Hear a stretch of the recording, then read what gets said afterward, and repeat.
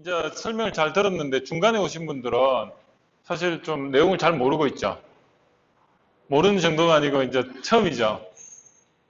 이거 전공이 어떻게 돼요? 어? 국제통상, 국제유통, 국제유통, 유통. 그리고 여기는 어떻게 전공이 어떻게 되세요? 경영학과. 아, 그래요. 여러분들 통계 분석에 대해서 좀 접해본 적 있습니까? 없죠. 통계 분석 프로그램을 여러분들은 좀 접하기 힘들 겁니다. 저도 뭐 제 주위에 보면 이 통계 분석 프로그램을 이렇게 접하거나 아니면 실제로 사용하는 사람이 드뭅니다. 이유는 써볼 기회도 없었고 또 이거를 이렇게 써서 사용해서 뭔가를 해보는 그런 사람도 별로 없습니다. 그런데 이제 제가 이 마케팅 쪽에 이 통계 분석을 적용을 했을 때 남과는 좀 차별화된 능력을 가지게 됩니다.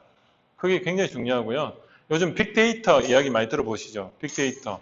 결국은 시중에 돌아다니는 정보들을 가지고 뭔가 통계 분석적으로 접근을 해가지고 거기서 의미 있는 어떤 인과관계라든지 아니면 그 데이터의 특징을 찾아낸다든지 아니면 그 데이터가 무엇을 말하고 있는지 문제적 관점에서 한번 찾아본다든지 그게 결국은 그 통계 분석의 목적이잖아요. 그 데이터에 대해서 데이터가 무슨 의미를 가지고 있는지를 찾아보는 게 그게 하나의 목적이 될 수 있고 그럼 그 데이터들이 서로 데이터 간의 연관관계를 찾음으로 해가지고 특징을 찾아보는 게 기술적 조사죠.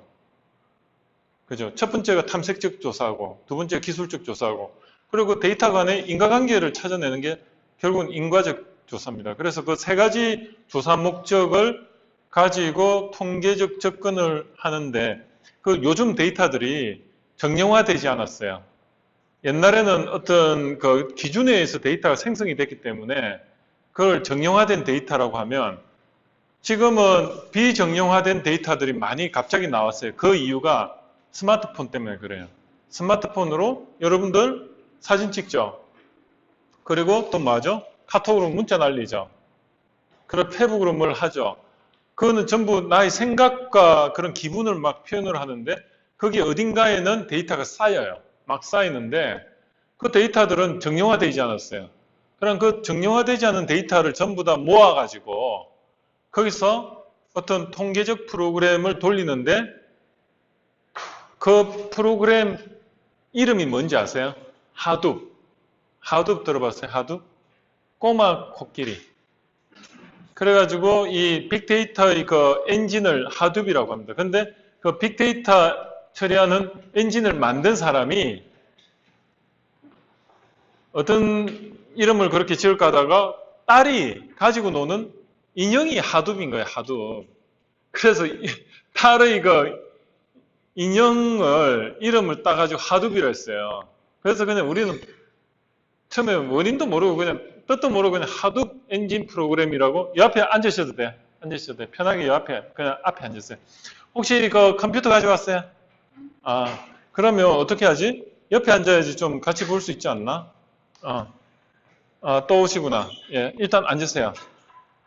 여기 컴퓨터를 한 사람이 같이 좀 봐야 되는데 어떻게 한 분이 옆에 앉아주시고 같이 좀 봐줬으면 좋겠는데. 음, 그래요. 한 분이 좀 가주셔가지고 옆에서 같이 봐줘야 돼. 컴퓨터 가져오고 안 왔죠, 그죠? 같이 봐야 돼, 같이. 그러니까 내일은 컴퓨터 가져오면 설치를 또 해줄 거예요. 예. 예, 노트북 가져오면 또 해줄 겁니다. 그래서 여러분들이 이 통계 분석을 안다는 건 어떤 의미냐면 데이터에 그런 어떤 그 의미를 추출해내는 방법을 안다는 거고 그 방법들 중에 하나가 오늘 지금부터 강의할 그런 추출 방법에 대해서 이야기를 할 겁니다. 그 중에 하나가 Z 분석이라든지 T 검정 아니면은 요인 분석 또 신뢰성 분석 그 다음 군집 분석 다차원 척도법 이런 거예요.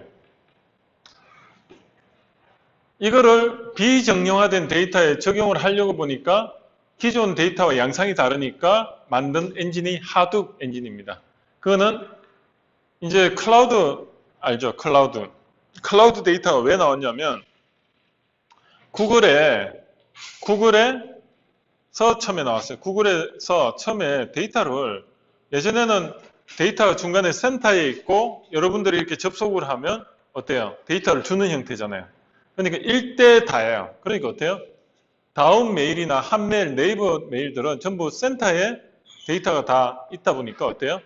접속하면 데이터 용량이 내킹이 걸리면 한참 있다가 데이터를 받고 그러잖아. 그러니까 이게 구글에서는 감당이 안 되는 거예요. 감당이. 에릭 슈미스라는 그런 이제 사정이 덕분에 감당이 안 돼. 그래서 어떻게 했냐? 클라우드로 가자. 그래서 데이터를 분산을 시켜서 우리 서버만 쓰는 게 아니고 옆에 뭐 여러 개인 PC들 있죠. 아니면 데이터 센터를 전부 네트워크로 연결해 가지고 데이터가 생성이 되면 우리 데이터에 저장하는 게 아니고 여기도 저장하고 저기도 저장하고 이것도 저장하고 해가 인덱스만 딱 가지고 있는 거야. 그래가지고 치면은 어디서든 데이터가 제일 가까운 데서 가게끔 돼 있어요. 그러니까 분산 처리가 되니까 내킹이 안 걸리는 거야. 그게 구글에서 제안한 클라우드 시스템이에요. 그래서 지금의 보면 N 드라이브 아시죠? N 드라이브. 다음에는 뭐죠? 다음은 또 뭐 드라이브 있죠? 다음은 뭐죠? 그냥 클라우드예요. 이런 것들이 전부 다 그 네트워크 상에서 어디에 데이터가 들어가 있는지도 몰라, 우리는. 근데 컴퓨터가 알아서 제일 가까운 데 지정해가지고 그냥 거기 지정해 놓은 거예요. 근데 거기 한 곳에 저장이 안 돼 있고 여기도 저장이 돼 있고 저기도 똑같은 게 저장이 돼 있으니까 한쪽이 죽어도 한쪽이 어때요? 그걸 사용을 할 수 있으니까 안전하죠. 근데 단점이 뭘까? 내가 만약에 N 드라이브에 데이터를 난 비밀이라 생각하고 시크릿하다고 해가 너 올렸어. 비밀이 있을까? 내가 만약에 나체 사진을 이렇게 찍었어. 그걸 N 드라이브에 올렸어. 비밀이 유지가 될까? 안 돼요. 법적으로 그 비밀을 보장할 근거가 하나도 없어요. 그 N 드라이브 관리자가 맘만 먹으면 그냥 그거 가져다가 어떻게 해도 몰라요. 그게 한계예요. 그러니까 여러분들이 네트워크상에 드라이브에 파일을 올렸을 때 물론 그 파일을 올리면 거기 잃어버릴 이유는 없어요. 그죠? 왜냐면 여기도 저장하고 저기도 저장. 근데 법적으로 보호받을 게 아무것도 없다니까. 만약에 내가 데이터 올렸는데 갑자기 어느 날 갑자기 지워져 버렸어. 법적으로 증명할 게 있나? 내가 찾아야지 뭐 내가 거기에 올렸다는 증거라도 남기는데 싹 없어지면은 어디 하소연할 데가 없어. 그죠? 그게 문제예요. 그래서 그 클라우드 시스템이 지금 그런 문제가 있기 때문에 저 같은 경우는 N 드라이브에 그냥 막 오픈돼도 되는 자료는 그냥 올리는데 정말 중요한 거 있죠. 비밀번호라든지 그 뭡니까 은행 키 이런 거는 올려놓으면 안 되겠죠. 그래서 거기 보면 네트워크 드라이브 상에 그건 절대 인증키 같은 거 올리지 마세요 하는 그 말입니다. 도용당해요. 그리고 또 도용당하는 게 피어싱이라 해가지고 선을 그냥 중간에 따가지고 해도 도용이 되잖아요. 어떻게 될지 모르는 거야. 그리고 여러분들이 스마트폰 있죠? 스마트폰에 보면 동기화 모드들이 있잖아요. 동기화. 나도 모르게 구글 플러스 이런 거 해가지고 사진 찍으면 나도 모르게 막 날라가. 사진 찍으면 그게 뭐 어디 올라가 있어. 삐리릭 해 보면 뭐가 올라가 있어. 나는 그 신청도 안 했는데. 신청도 안 했는데 올라가는 이유가 그거 같아. 한 번쯤 관심을 가져달라 이거야. 나 이렇게 올릴 수도 있다? 보면은 그 체크는 안 돼 있어요. 동기화 안 돼 있는데도 불구하고 구글 플러스에서 푸시 기능으로 해서 한 번씩 또 올라온단 말이에요. 그냥 깜짝 놀라 보면 안 올라가 있어. 장난치는 것도 아니고.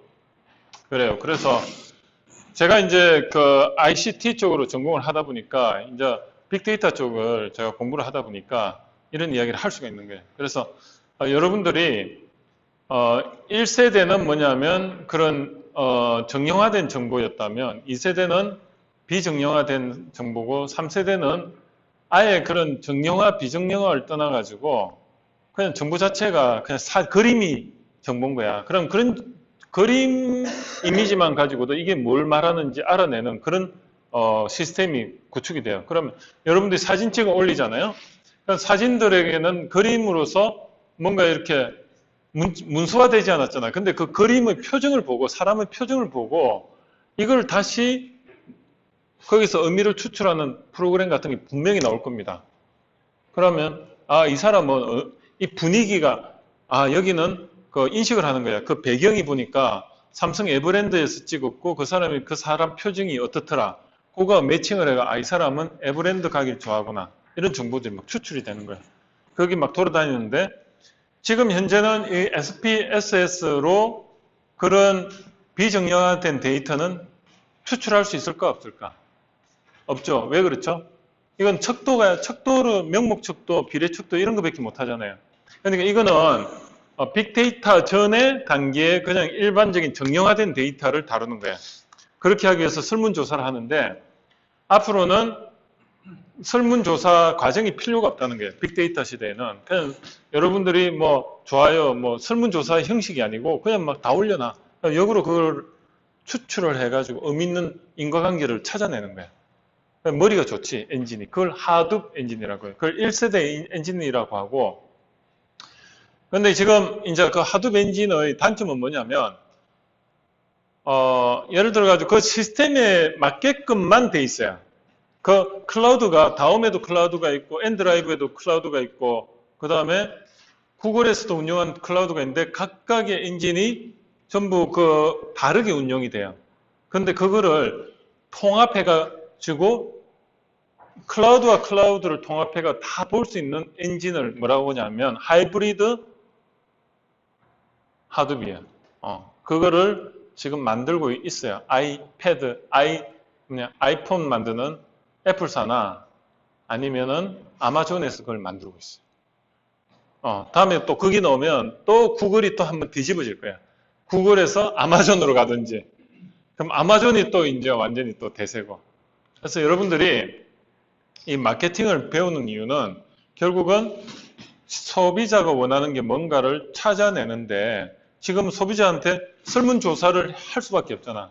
설문조사를 해가지고 거기서 명목척도나 비례척도나 이런 걸 찾아내가지고 인과관계를 분석해내는데 거기에 쓰는 게 이런 거를 쓰지만 앞으로는 이거 자체도 필요가 없을 수가 있어요. 그냥 데이터가 막 인터넷 네이버 검색해보면 많잖아. 그걸 전부 다 쓱 걸고 와가지고 내부적으로 어떻게 포맷이 정형화되지 않은 것을 정형화시키는 프로그램을 돌려가지고 설베이 한 거와 똑같은 효과의 어떤 결과물이 나오고 그래서 그걸 가지고 이걸로 돌려가지고 나오는 거야. 그래서 설베이 자체가 필요가 없지. 그런 상태가 된다는 거예요. 그래서 여러분들이 앞으로는 그런 데 좀 관심을 가질 필요가 있습니다. 자, 볼게요.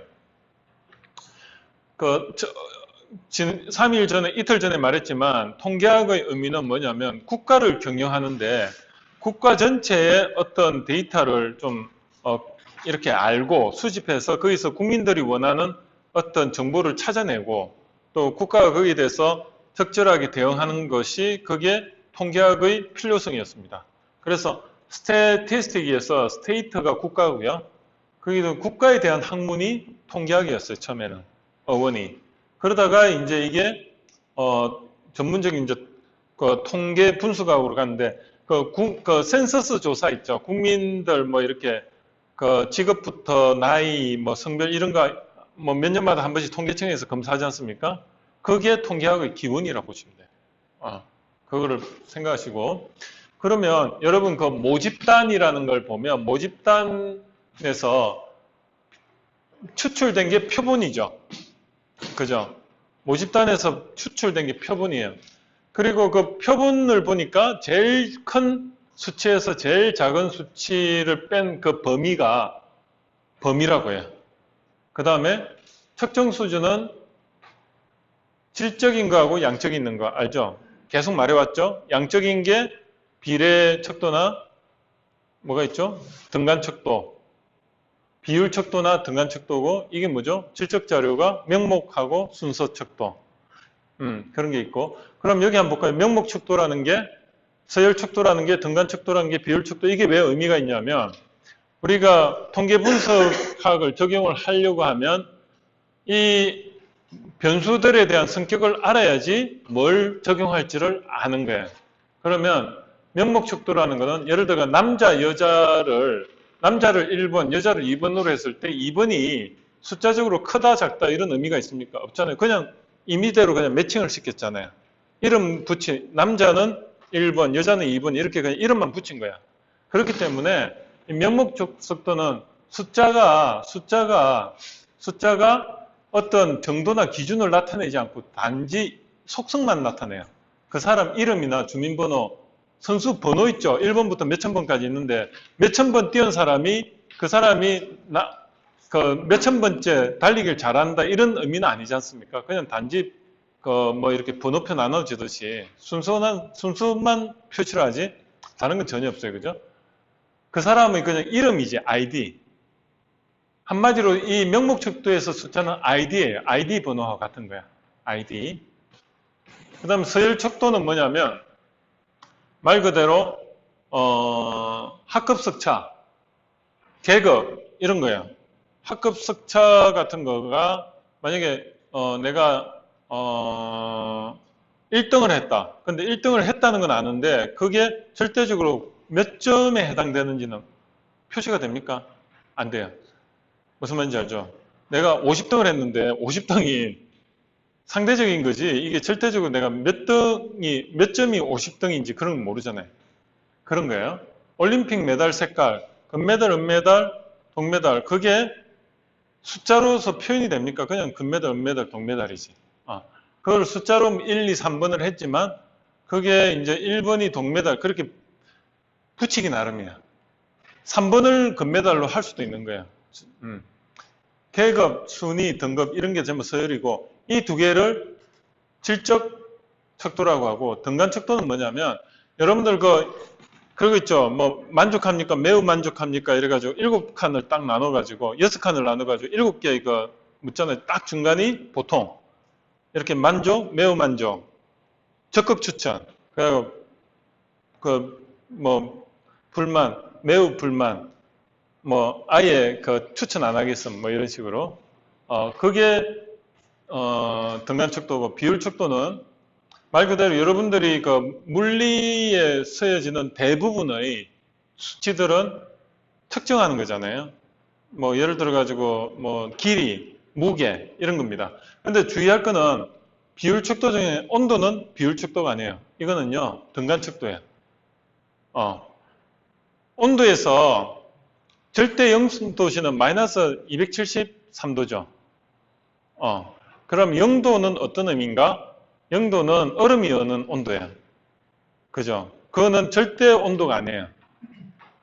0도는 그냥 마이너스 273도가 절대 온도고 0도는 단지 얼음이 언다는 것만 알려주는 거예요. 그래서 그걸 등간척도로 하고 상대적인 거예요. 이 숫자가 상대적으로 의미가 있지 이게 절대적으로 여러분들이 만족, 불만족, 매우 만족 이런 게 그 중간에 보기에는 간격을 이렇게 했지만 그게 만족 정도가 그게 만족해서 매우 만족했다고 거의 2배가 더 만족스럽고 그런 게 아니거든. 그걸 정확하게 이제 인지를 하셔야 돼요. 자, 그러면 오늘 빈도 분석부터 하겠습니다. 빈도 분석은요. 빈도 분석이 제일 많이 쓰이는 데가 어디에 쓰일 것 같아요? 빈도 분석이. 빈도 분석이. 빈도 분석, 지금부터 10가지 정도의 분석 기법을 알려드릴 건데, 빈도 분석이 제일 많이 쓰이는 데가. 빈도가 뭐죠? 출현 빈도. 여기 있는데, 여러분들 여기 보면, 빈도를 보면, 남자는 하나, 둘, 셋, 한 명, 두 명, 세 명, 네 명, 다, 일곱, 여덟, 아홉, 열. 여자는 4명. 그러면 1번은 10, 2번은 4. 그게 빈도예요. 그러면 빈도 분석은요. 선거 때 제일 많이 써요. 선거 때. 국회의원 국회의원 몇 명? 그 지역별로 예를 들어 가지고 서울 지역은 뭐 어느 민주당이 몇 명, 뭐 새누리당이 몇 명, 뭐 이런 식으로 수치를 나타내는 거지. 어떤 거에 대해서 한번 볼게요. 뒤에 가서 더 말씀드릴게요. 선거 때 가장 많이 쓰고 그 빈도 분석과 기술 통계가 그 자료의 그 특징을 제일 잘 나타내 줍니다. 기본적인 겁니다. 이건 기본적으로 깔고 가요. 우리가 설문조사를 할 때 서울 지역에 20대가 몇 명을 대상으로 조사를 했고 30대가 몇 명을 대상으로 했고 40대가 몇 명을 조사를 했습니다 하고 표로 딱 보여주잖아요. 그게 빈도 분석이에요. 그래서 통계 조사할 때 기본적으로 그 20대 몇 명, 30대 몇 명 그런 브리핑을 이렇게 딱 해주는데 그게 빈도 분석이고 그 중에 20대가 뭐 예를 들어 가지고 20대 몇 명, 30대 몇 명, 40대 몇 명 그거를 어떻게 하죠? 도표로 해가지고 원도표로 보여주잖아요. 그 그래프로 이렇게 보여주잖아요. 그게 다 빈도 분석이에요. 그리고 거기에서 이제 뭘 하냐? 기술적으로 보니까 평균은 몇 정도 되고 그 다음에 어때요? 편차는 어떻고 그런 게 기술 분석이에요. 기술 분석은 3M 플러스 외도하고 첨도 아시죠? 3M이 뭐죠? 평균, 그 다음 중위수, 중간에 그러니까 번호가 2번, 5번, 7번, 9번이면 거기서 중간은 어디냐? 2번과 9번의 딱 중간인 거야. 그럼 2번, 5번, 7번, 9번이면 4번이 없잖아요. 그죠? 4번이 중위수가 돼. 2번, 5번, 7번, 9번이면 2번, 5번, 6번이네. 6번이 중위수가 되는 거예요. 그럼 빈도수는 뭐냐? 채빈수. 그거는 뭐냐면 2번이 2개, 5번이 4개, 뭐 7번이 2개, 9번이 2개면 채빈수는 2번이 되는 거죠. 2번이 4개 나왔어요. 그런 식이에요. 그게 3M에다가 외도는 뭐냐면 이렇게 표준 정규분포가 돼야 되는데 이게 약간 이쪽으로 기울었거나 이쪽으로 기울었을 때 그걸 외도라고 하고 첨도는 뭐죠? 종 모양이 이렇게 뾰족하면 첨도가 높고 이렇게 둥루뭉실하면 첨도가 낮죠. 그런 걸 말하는 겁니다. 그래서 그러한 기술적인 거 2가지가 있는데 그런 거를 해주는데 그 중에 하나가 빈도 분석이다. 그 빈도 분석은 아까 말씀드렸듯이 막대 도표나 히스토그램, 원도표 이런 걸로 표시를 할 수가 있다. 자, 그런 게 있고요. 근데 중요한 거는 연속 변수에 대해서는 빈도 분석을 할 수가 없어요. 왜냐하면 독립 변수가 2, 3변수, 연속되지 않은 뭐 남자, 여자 이러면 1번, 2번, 뭐 3번, 4번 이렇게 되면 거기에 대해서 몇 개 이렇게 되는데 1번부터 해가지고 실수로 1.1, 1.2, 2.3 이렇게 다 붙어 있어 버렸어. 그럼 구간을 끊어줘야 돼. 예를 들어 가지고 그 나이를 이런 거죠. 뭐가 있을까? 구간을 정해 가지고 뭐 10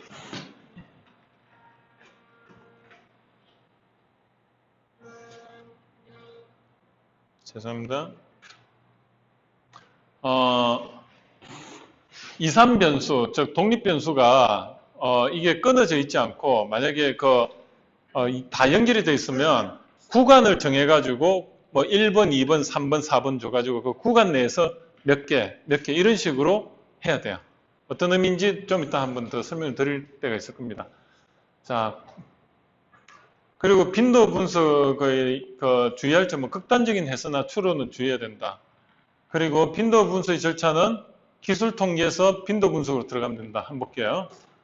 한번 볼게요. 이렇습니다. 자, 지금부터 SPSS를 켜보세요. 켰습니까? 저도 한번 켜보겠습니다.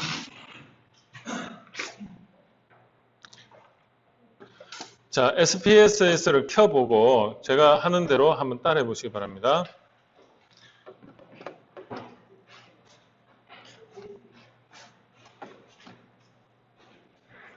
자, 안 된다고 해요?